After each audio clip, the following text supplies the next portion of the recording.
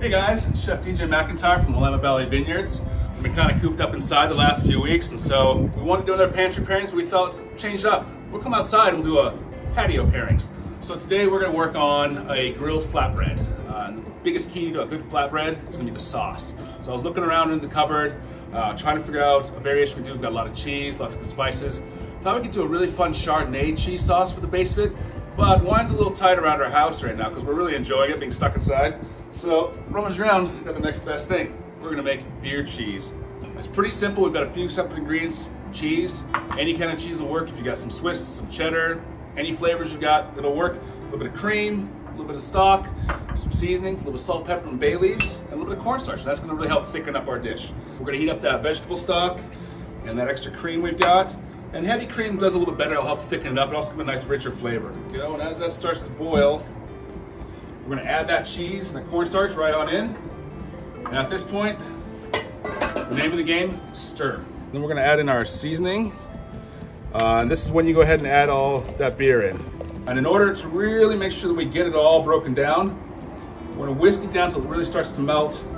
And then we're gonna use a hand blender. So we're gonna incorporate the cheese richness with that cream. And as it gets hotter, that cornstarch is gonna help start thickening it up. Our sauce is thickened, and we've got most of that cheese done. We're gonna strain this. We're gonna let it cool down for about half an hour so it gets nice and cold and really thick. So we'll be right back. We'll start layering up the pizza. Okay, so we've gone ahead and made our crust. Today I went ahead and made the crust. The recipe is included on our video today, but feel free at any time to use any crust. If it's store-bought, pre-made one, they all work. The key is all about the ingredients you use. So we've got our thickened sauce. As you can see, it thickened up really nicely. We're gonna put that out on our dough and do a real pretty liberal seasoning all the way across. We're using some shredded chicken. My daughter actually, we had roast chicken last night, and she deboned her first chicken. I was really proud of her. So we were able to cook off the rest of that last night, and we're gonna use it. We're gonna use it today for our flatbread. Next, we're gonna take a little bit of Parmesan and Fontina. We've got chicken, which actually this is gonna really match with our wine that we're gonna pair this with. We're doing our estate Rosé. Rosé is made of all Pinot Noir. It's all estate grown. And it's really an anytime wine.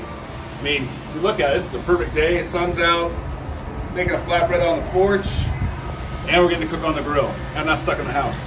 Rosé all day, that's my vote on that one. Also stopped off at the farmer's market this weekend. I was lucky to get some mushrooms. We got some artichoke hearts. My favorite was bacon. Then to spice it up, we use a little bit of Mama Lil's peppers, just to give it a little bit of a kick. Don't need too many of them. That's also going to help kind of nice pull up some of those really nice little tart flavors in the wine, as well as the flatbread itself. We're going to slide this right onto our grill. We're going to heat this grill up about medium-high heat. We're about 400 degrees right now. Got our pizza stone has already been re-warmed up on that. We're just going to go ahead and take our flatbread, slide that right on. All right. We're going to close the cover on this, and the time it takes for a simple glass of wine, let this guy cook and we'll be back. All right, my glass is done. That means the pizza should be done too. Let's take a look at it. Oh yeah, good 8 to 10 minutes. Got a nice little golden crust. Ready to serve this. Oh, the smell is just fantastic.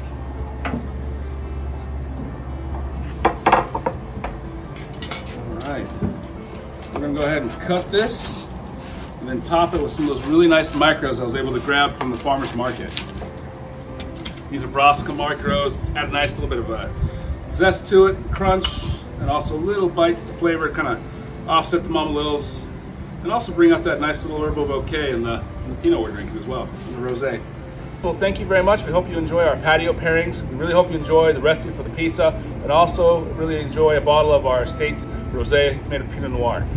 Enjoy the sun during this hard time, and thanks a lot, guys. We'll see you guys again soon. Cheers.